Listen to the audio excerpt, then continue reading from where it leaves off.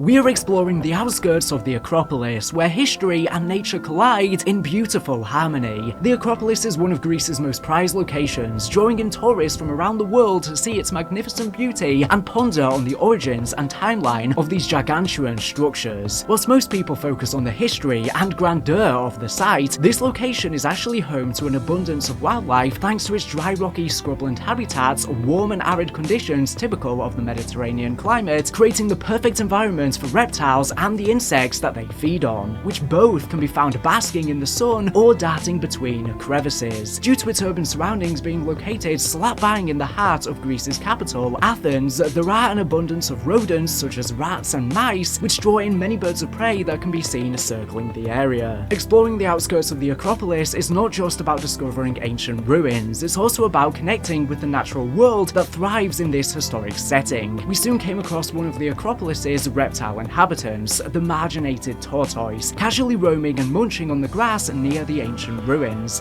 Just at the Acropolis in Athens, it's actually black. Only one of its eyes. Well, one of its eyes is like.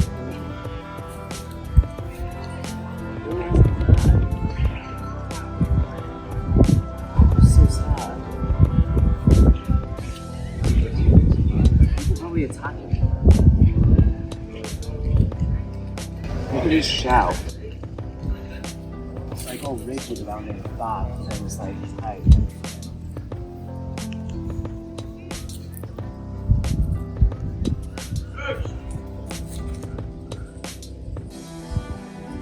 Well, this eye is okay. And then on the other side, his eye's injured.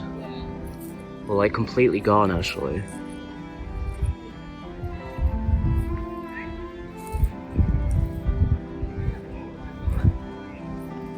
Poor fella. It's okay. You're safe. Oops. The Marginated Tortoise gets its name from the unique pattern of marginal scoots along the edge of its tail. These scoots, or plates, have a distinct margin or border, which gives the tortoise its characteristic appearance. This species is native to the Mediterranean region, including parts of Greece, where it can be found in various habitats from dry scrublands to forest edges, making this location perfect. The Marginated Tortoise is known for its docile nature, and so is a popular choice among reptile enthusiasts as a pet. It could be that this tortoise was attacked by one of the many cats in the area, or even a human. But on a later day during this trip, I did see tortoises fighting each other, which males often do during mating season to compete for females, or even to try and force females. Unfortunately, nature can be very cruel. It does seem to have a lot of cracks on its shell, which indicates it may have been pecked at by another tortoise, in addition to taking out one of its eyes. After touring the site, we ventured off the beaten path to try and find some of Athens' native species, and were greeted by some fascinating wildlife that calls this historic site home. Just found this little lizard. I think it's a skink. I was out looking for this lizard under some rocks back in the bracken back there, and there was a couple tortoises as well, an adult, and there was a younger one too. This is the Ocellated skink. Interestingly, many other skink species have evolved to have even smaller limbs than this, or even lose these limbs entirely, such as the Greek snake skink and the Anatolian limbless skink, which yes, are not snakes but legless lizards, still keeping many traditional features that set them apart from snakes, such as shedding their skin in separate pieces as opposed to all one piece, the ability to blink, not having a forked tongue, and the ability to drop their tail if a predator ever catches it, so that they're able to escape and provide a diversion. These legless skinks closely resemble the slow worm, although they are not closely related if you can believe it or not, and it just appears to be a case of divergent evolution. You can see it has a very similar colour pattern and texture on its back, but this one has very small legs, so you can kind of get an idea of how over time, especially once it started burrowing underground and stuff like that, eventually just lost these limbs entirely. These are very, very fast. It took me quite a while to manage to catch it. Of course, lizards are able to drop its tail, so I need to be careful not to distress it too much. Yeah, I'm sweating like crazy, but I'm just gonna let this go on the tree, and they're very quick, so you're about to see how quick it scurries off. Oh, it actually went pretty slowly. I guess it's calmed out as soon as it realised there was no danger. Can't figure out where to go. There's a tortoise just on this ridge over there, but it's fallen over on its back and it can't get up. So I'm just going to venture over and see if I can flip it. Although I might be too short. Tortoise. I can't even reach it. I'm gonna try and see if I can just knock it down and catch it. It's literally just stuck up here. Okay, so I've managed to get sticks, so I'm just gonna try and push it down, but there are sharp branches. Oh, it's really stuck. It's turned over, but it's still stuck in this vegetation. This is quite a steep ridge, so I don't know if it's gonna be able to do that. Because how's it gonna be able to walk up there? Yeah, as you can see, it's just trying to burrow to get away. Can't manage to make its way up the ridge. I'm just going to help it up because all of this is very steep rock. Just need to get my foot here. It's okay, buddy. You're safe.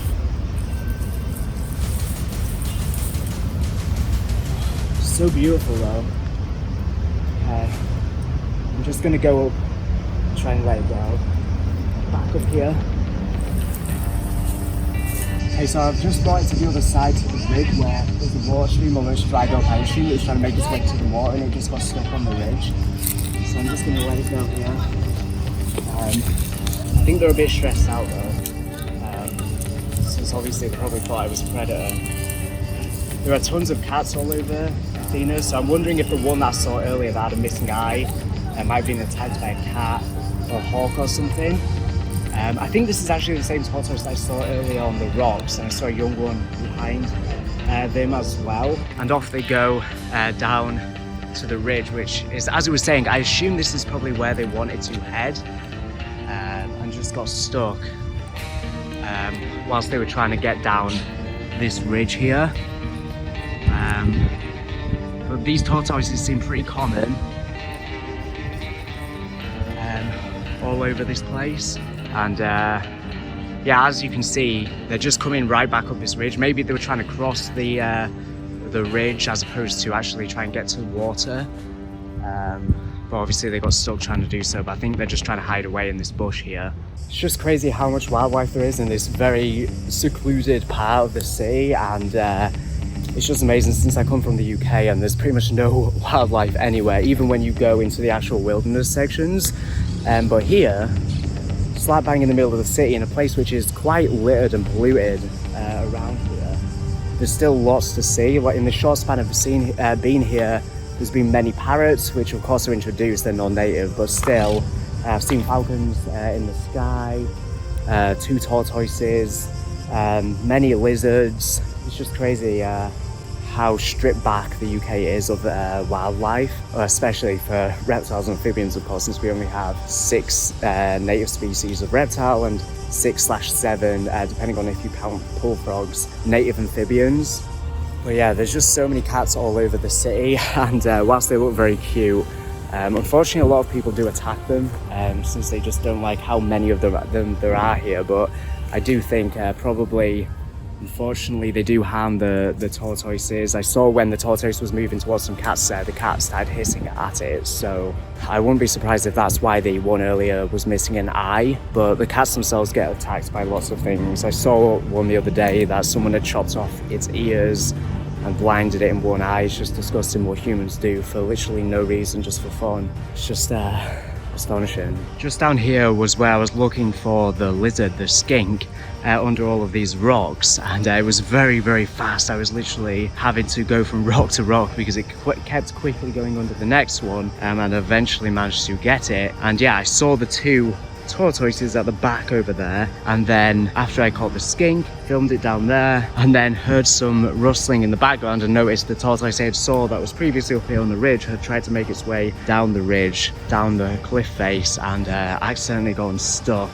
After exploring the Acropolis, I journey through to the enchanting Athens National Garden. This lush oasis is a tranquil treat nestled amidst the bustling cityscape, offering a serene sanctuary for both locals and visitors alike. As you step into the verdant expanse of the garden, you are greeted by a symphony of colours and fragrances, with vibrant flowers blooming in every hue and towering trees providing shade from the Mediterranean sun. Scrolling along the widening pathways, you'll encounter a diverse array of flora and fauna, from majestic palm trees to to fragrant roses and delicate orchids. The gentle rustle of leaves and the melodious chirping of birds create a soothing ambience, inviting you to lose yourself in the tranquility of nature. Amidst the foliage, hidden pathways and secluded alcoves offer moments of quiet contemplation, while charming statues and fountains add to the garden's timeless allure, whether you are seeking solace amidst nature's embrace or simply seeking respite from the urban hustle and bustle. Athens National Garden offers a haven where you can reconnect with the natural world and find serenity in the heart of the city. The park is home to many captive species, such as goats and parakeets, and they even have ponds crammed to the brim with terrapins. Unfortunately, there are way too many here for the size of the pond for this to be a healthy habitat for them. Some seem to have even managed to escape into the open ponds in the park, where they probably live a better life, although are disruptive to the native species. It's unfortunate that these animals are kept this way and are crammed so much so that some have gotten out. This is definitely something the park needs to work on improving. No animals should live within these conditions. Aside from the non-native species, I encountered many more wild tortoises that seem to be flourishing all over the park, providing a homely environment for them. I believe most of them to be marginated tortoises, which are native to various regions of Greece, particularly in the southern and central parts of the country. They inhabit dry rocky areas with scrub vegetation, including Mediterranean scrublands, oak forests, and grasslands. It is possible that some may be Greek tortoises, which is a close relative so shares a lot of similarities. Or even I thought that one may be a Herman's tortoise, which is much rarer, but I'm not the best at identifying these and it's kind of hard to tell from the footage too, so let me know in the comments which is which if you know more than I. These tortoises have a distinct shell that is usually oval or heart-shaped with prominent growth rings along the scutes, its shell plates. The shell typically ranges in colour from brown to black, often with yellow or tan markings along the edges. Their limbs are sturdy and they have claws for digging. Marginated tortoises are medium-sized tortoises, with adults typically reaching lengths of 10 to 14 inches or 25 to 35 centimeters. However, some individuals may grow larger, with exceptional specimens reaching lengths of up to 16 inches or 40 centimeters. Their diet is primarily herbivorous, feeding on various vegetation including grasses, weeds, flowers, and leafy greens. In the wild, they may also consume fruits, berries, and occasional insects. Marginated tortoises are terrestrial creatures, spending much of their time foraging for food on the ground. They are solitary animals but may congregate in areas with abundant food and suitable habitat conditions. Female marginated tortoises lay eggs in swallow nests dug in sandy or loamy soils, typically laying clutches of 4 to 12 eggs. The incubation period lasts around 2 to 3 months depending on the environmental conditions. In captivity, marginated tortoises can live for several decades, with some individuals even reaching the age of 50 years or more when provided with proper care and habitat conditions. The marginated tortoise is protected by national and international laws in Greece, and efforts are being made to conserve and restore their natural habitats. This includes initiatives to reduce habitat destruction, regulate the pet trade, and establish protected areas. Although they are very common and abundant in Greece, marginated tortoises have several adaptations to their arid habitats, including the ability to burrow underground to escape extreme temperatures and reduce water loss. Like most tortoises and turtles, they can also retreat into their shells to protect themselves from predators.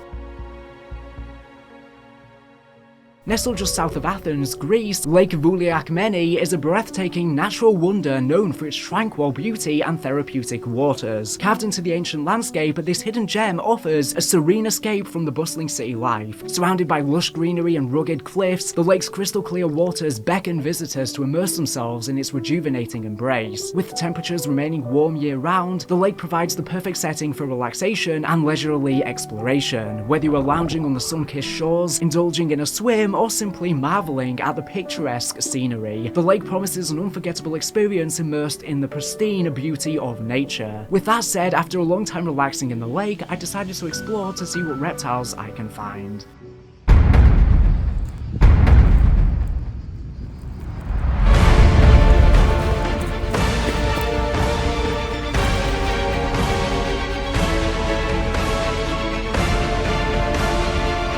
Okay, it's a very hot day today, but I've caught another skink. This one is quite a bit bigger, and you can see how slender it is. It's so fast. It was actually trying to bite me quite a bit, but you can really see on this one how its limbs are starting to get a lot smaller, and you can clearly see, as we were saying before, as to how they eventually evolved into legless lizards. And their backs are very beautiful. They have these speckles, again similar to the slow worms, but a bit different, and some skink species have blue speckles on, again similar to slow worms, and there are even some skinks that have turned fully blue, I guess, over time through evolution. sunken, but it's a very hot day today, and I'm just going to let this go. As you can see, it's quite long and slender. You can see, as I was saying before, how it can, over time, different subsects of skinks evolve to just eventually become slow worms. And this one has actually lost its tail in the past. You can see how the tail that it's regrown doesn't have the speckles on, and it seems a lot stubbier and weaker than the typical lizard tail. So I'm actually going to just go and let this go on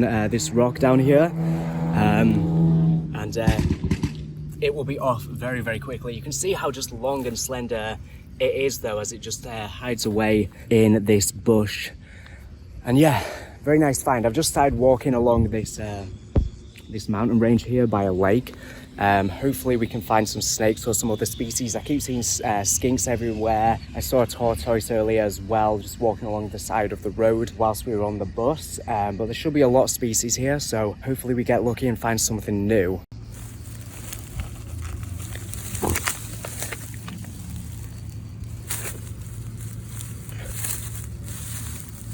Well, that skink was off in a split second. That one was slightly bigger than the other one even. But yeah, they're just very hot today because it's such a hot day.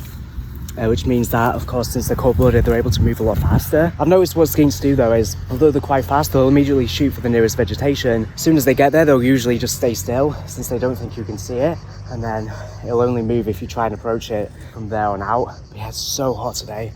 I'm dying on this mountain. It's quite ironic that skinks are so fast, and then, you know, certain ones eventually evolved into slow worms, which has the word slow in its name. Although I've always figured slow worms aren't really that slow. They're not that fast either, but they're not exactly super slow.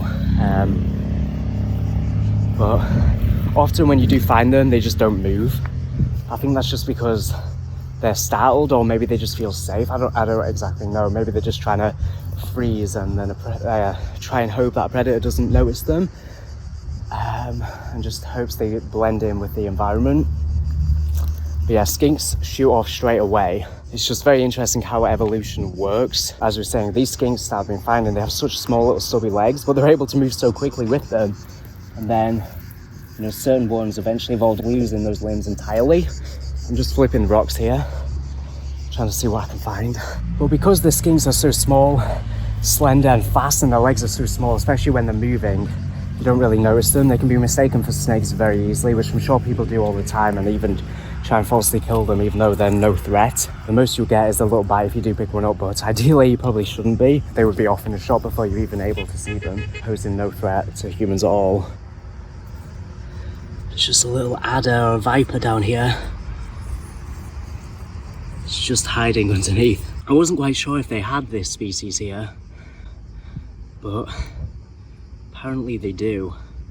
It's different to the species of adder we have in England. I'll put it on screen which type of viper it is. I think it might be like a horn-nosed viper. I can't remember exactly the name. But yeah, I'm not gonna touch it because they are pretty venomous. The horn-nosed viper is actually the most venomous snake species in the entirety of Europe, responsible for the most amount of venomous bites as well.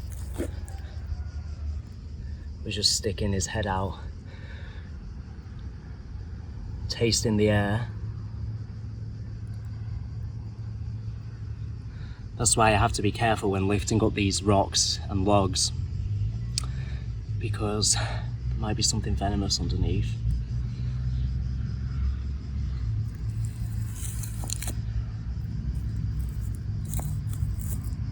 Well, there we go. Sticking his head out there. It's so beautiful though.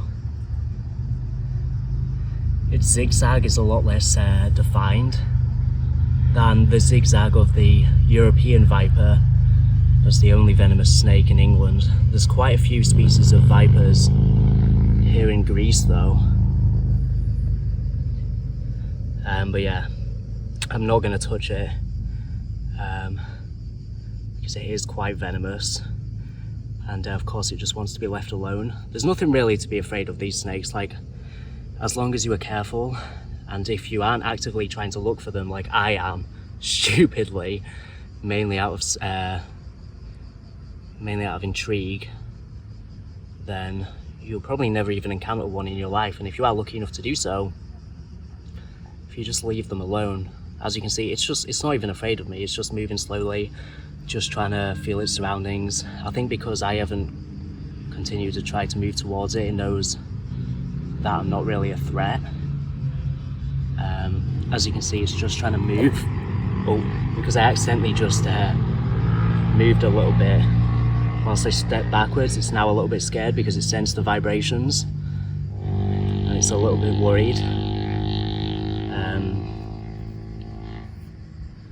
But yeah, it's just trying to figure out an escape plan, but behind it is just a big rock, a big boulder, and then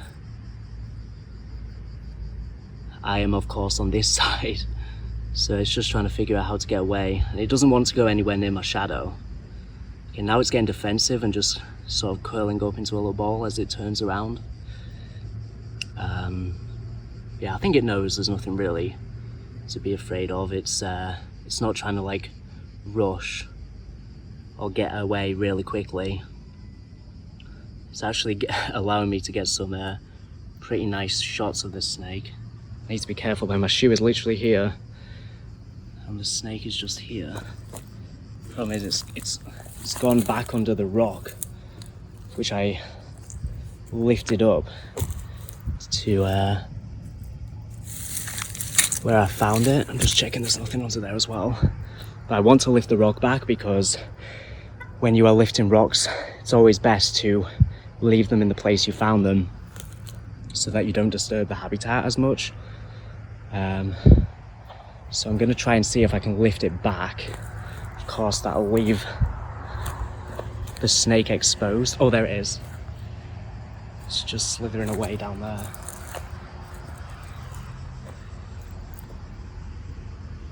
It's a very pretty snake though. Has a brown zigzag on its back. And yeah, this is just a very young one, but even though it's young, well, you can see it in the hole there. Even though it's young, it's still very venomous. In fact, the young snakes can even be more dangerous because they can't adjust how much venom they actually inject like the adults can. I think it's gotten stuck in this rock though. It's trying to figure out an escape plan, and yeah, it's just curled up in this rock. I'm not sure if the camera's even picking it up, but yeah, it's just curled up in this rock here. But there isn't really anywhere it can go. Just see if I can move this twig. No, I'll just leave it. Yeah, it's just curling up right at the back.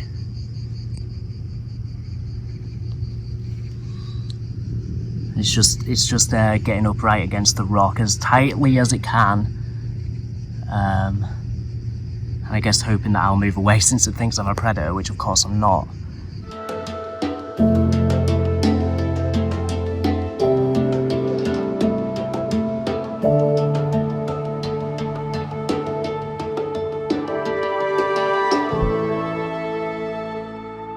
But it seems a bit stuck. So I wonder if I just stand away for a little bit, it might start to move out, away from the rock. We'll see. That was some very nice footage of that viper there. I am completely drenched, sweating, but I'm just gonna leave it alone. It'll probably just move further away soon. Such a beautiful snake though. I'm glad that I finally saw a snake.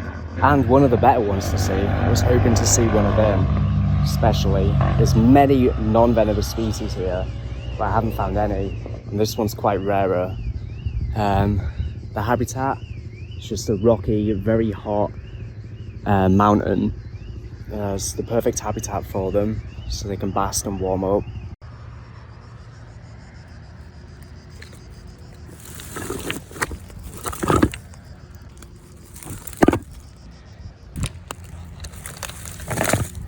Okay, now the snake's moved away, I'm just going to move this rock back to where it belongs.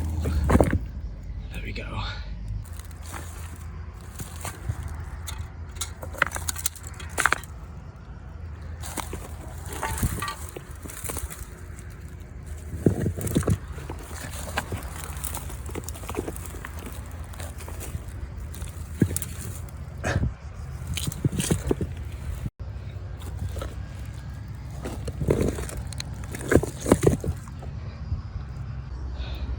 There's a bunch of mint growing on top of this hill here. We're right by the beach here and it's very beautiful. I'm just trekking up these mountains, absolutely dying. Oh, there's so much sweat dripping down my face. It's literally just like covering my body. So right now, because it is so hot, there's just absolutely no chance of seeing any reptiles out basking to warm up. It's already warmed up enough now. So right now they're all just trying to hide under the rocks and bushes, trying to get in the darkness to stay cool. People don't really understand that about reptiles. Like, they can overheat, they can get too hot. Just because they're cold-blooded doesn't mean they don't. When they do so, they have to stay in shade, and then they of course preserve that heat for when it's cooler again and they need it. If it wasn't so hot, or if it was the morning or evening, this would be the perfect spot where you'd see some snakes or lizards or whatever just basking on these rocks trying to warm up. There is a massive cricket under this rock, and I almost mistook it for a lizard for a second. I think it's even got a spike on its back, so I don't know what species it is. So, oh, look how quickly it hops. Right now I'm searching at pretty much peak heat time. It's absolutely boiling in the afternoon. I think I'd have a much better chance in the evening. I'm seeing stuff absolutely everywhere, but I think in the evening we're just going to go for a coastal walk and get something to eat, so I don't really have time then. But yeah, this is definitely the worst point, not just for my health and tiredness and uncomfortableness, but also for the reptiles. They also feel uncomfortable, that's why they're hiding away. So it's by far the worst time to be searching, but at least we've managed to find a couple things. This is the pool down below I was swimming at earlier, and I've basically just walked all around and then walked up the mountain, and that's where I'm looking right now. But yeah, we're pretty much almost at the top.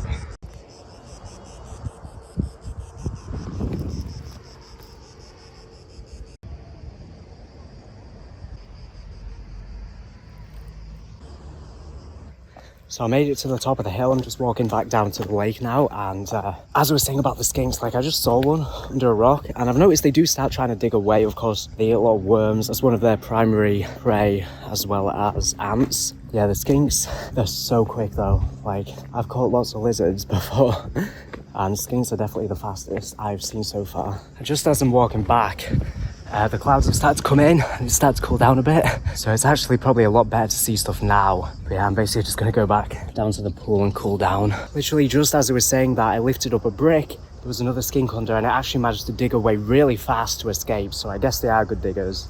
This is actually where the adder was earlier. I'm guessing they're probably long gone by now. Doesn't seem to be in the hole anywhere. Let's see under this rock. Oh, yeah, it is there. Wow. Usually they disappear like straight away.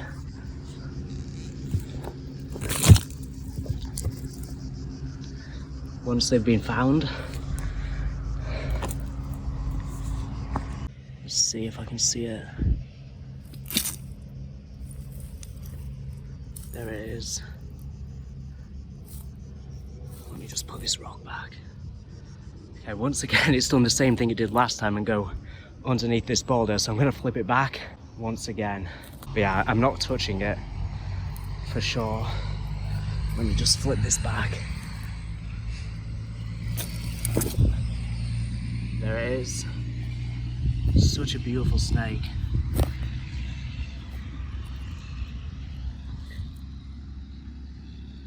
It's gonna try and get under, I think. Okay.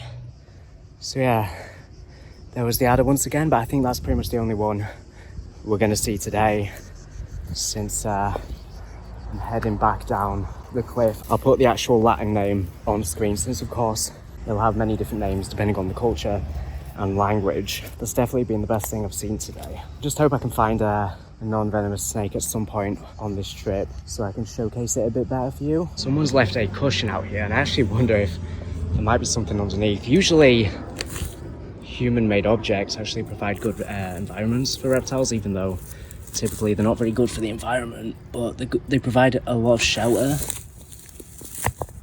Let's see. Well, I guess not this one, there's nothing.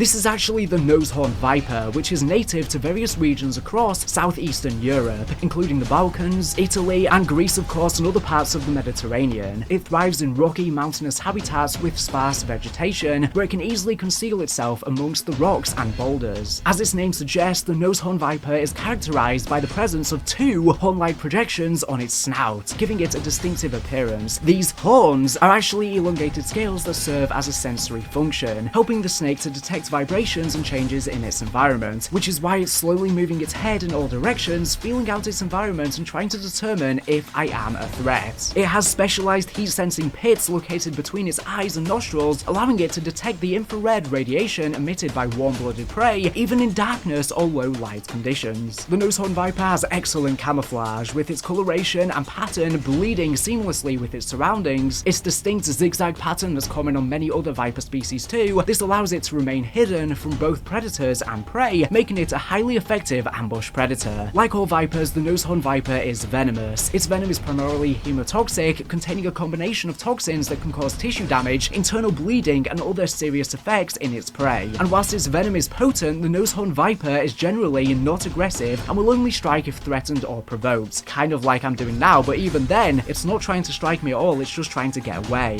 If you ever think you have been bitten, seek hospital treatment immediately. Like I said, the nose-horned viper is an ambush predator, lying in wait for small mammals, birds, lizards, and even other snakes to pass by. It relies on its camouflage and stealth to surprise its prey, delivering a quick, venomous strike before consuming its meal whole. While the size of adult nose-horned vipers can vary depending on factors such as location and environmental conditions, they typically measure between 50 to 70 centimeters in length. However, some individuals have been known to exceed 1 meter or 3.3 feet in length. That is crazy. However, this one that I found is quite small and is likely a juvenile. Throughout history, the nose-horned viper has held cultural significance in various societies, often symbolizing qualities such as wisdom, cunning, or danger. In some regions, it has been depicted in folklore, mythology, and even religious iconography, reflecting its enduring presence in human imagination. And there you have it, a truly remarkable creature of the natural world. So we're back down to the road now and making our way to the lake. And yeah, just get some good cool off. I need some water as well, I drank my whole bottle.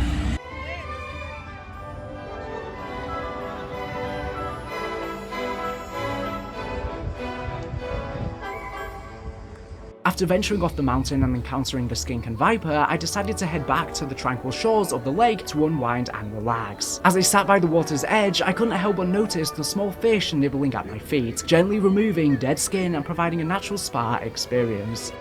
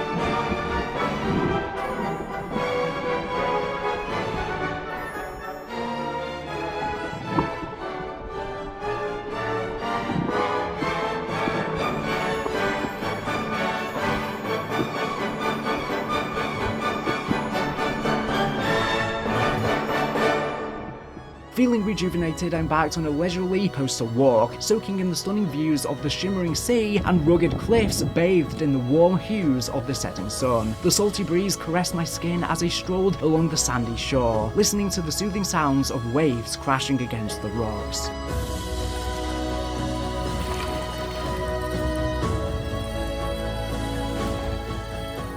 As evening descended, I found a cozy spot at a seaside restaurant where my friends and I treated ourselves to a delicious seafood dinner accompanied by the captivating spectacle of the sun sinking below the horizon, painting the sky with vibrant shades of orange and pink. It was the perfect ending to a day filled with adventure and natural beauty. Continuing our adventure in Athens, Greece, I decided to take an adventure up Mount Lycabettus. We picked probably one of the worst days to venture since it was extremely hot, and we went at peak day, but this is what we encountered. There are two tortoises just down here, as you can see, and they are fighting each other. One is just completely digging into the other's face, making it retract into its shell. I believe this is actually the Marginated Tortoise, and for a disclaimer, it does seem like males often fight over territory and for females during breeding season. You can see the one that is pecking the other has lots of cracks along its shell, indicating that it has been in many fights like this before with other tortoises. Maybe this is why the one that I saw earlier had a missing eye. It could have actually been done by another tortoise, and I was falsely blaming other animals. You can see they have very sharp beaks. Yeah, I assume they do this to probably fight over the female. I'll have to Google since I don't really know too much about this species. Whilst these tortoises mostly fight between males, it does seem like this one is trying to force itself on a female, unfortunately, unless it's male on male. I'm not too sure on how to tell the difference between males and females. It seems that from looking online, there are subtle differences which are not necessarily exclusive and can be hard to tell from the footage. From looking online, it seems that male marginated tortoises typically mount both female tortoises and other males during mating displays, so we can't rule that out. Okay, well, they're actually trying to mate. I think this one's basically trying to... Oh my god. Well, I walked in on something I shouldn't have seen. Let me know in the comment section down below if you are able to identify the sex of these species.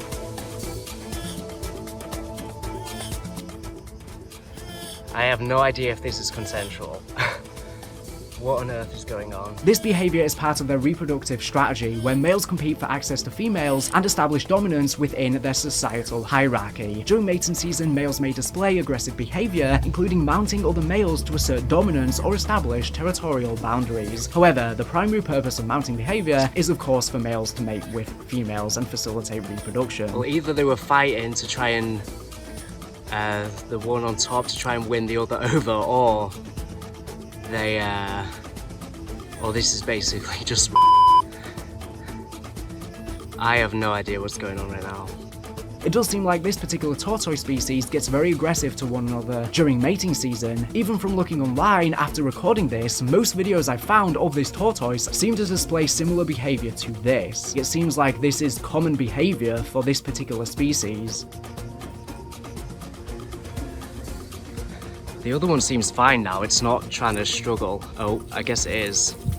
Yeah, I don't think the other one wants to mate. This is pretty disgusting. I think this nature just has a lot of horrible things within it. I don't know if I should try and take this one away that's trying to escape. I think I should just try and stop this one and let the other one get away. Stop! Oh my god, it's pulling really heavily. Stop! I'm not pressing too hard because I don't want to damage it. I just want the other one to get away because clearly it doesn't want to do this. Oi! God, it's pulling so hard. Stop. Oh my god. Run! Run! Oh my god. It's tugging so hard, it's not even concerned that I've literally got a foot on it.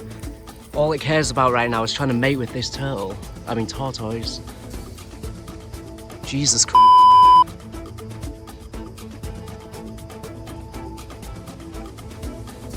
Slowly getting away. I guess slow and steady wins the race. Oh my god, it's tugging so hard on my foot. Jesus Christ. Stop. Oh my my god, this other one needs to move quicker. It's going so slowly.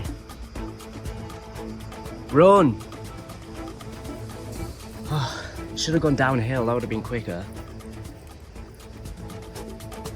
This tortoise is really hot though, I can feel the heat coming off it on my foot.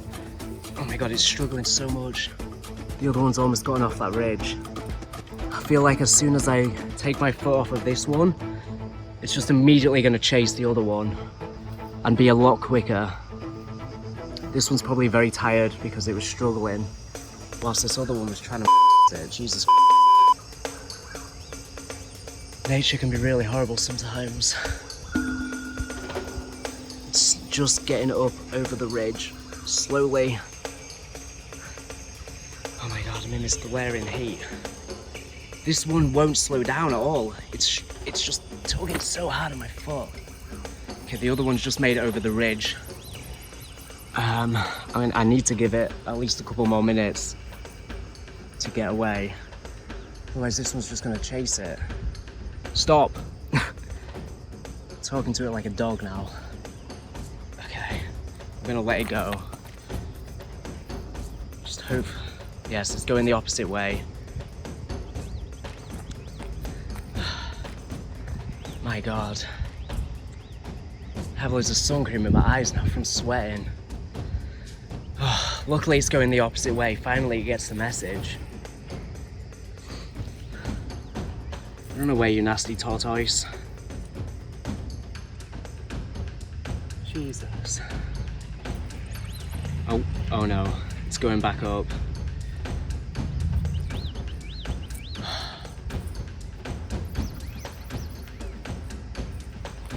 Oh no, it's going down, I think.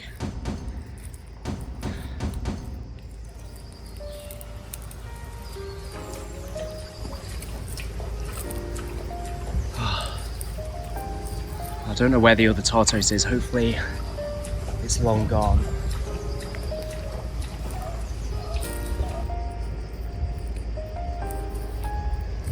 Jesus.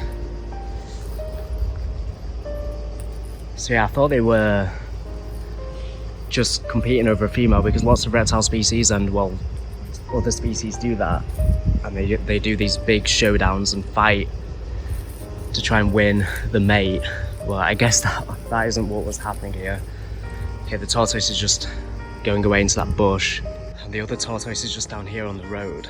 It's not very safe. I'm just gonna lift it up and put it on the path. Go off to safety. Oh my god.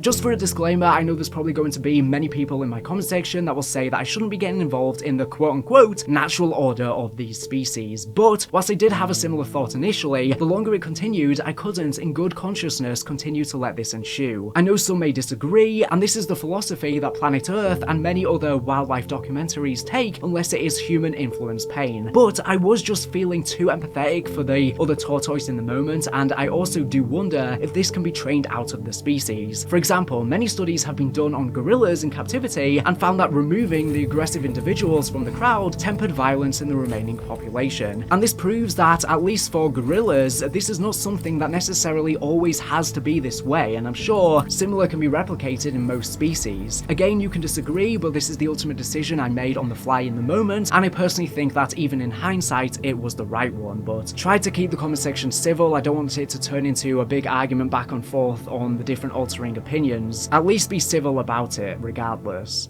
Following on from that, we further embarked up the mountain, and honestly it got very difficult as we went further and further, but we got a really good view of the city from there and a look at all of the cacti and their fruits. We also noticed a cat that seemed to be trying to catch a prey, although we didn't see it being successful, and enjoyed a nice cold drink at the top of the mountain because my god was it hot. It was much easier than venturing back down afterwards, but we all needed to shower a lot even despite us showering prior to exiting. I really hope that I made the right call with those tortoises. I really think that I did, and hope that the one that got away is now safe and can recoup after that enduring event. Meanwhile, I hope that the other tortoise calms its temper, but I really don't think it will.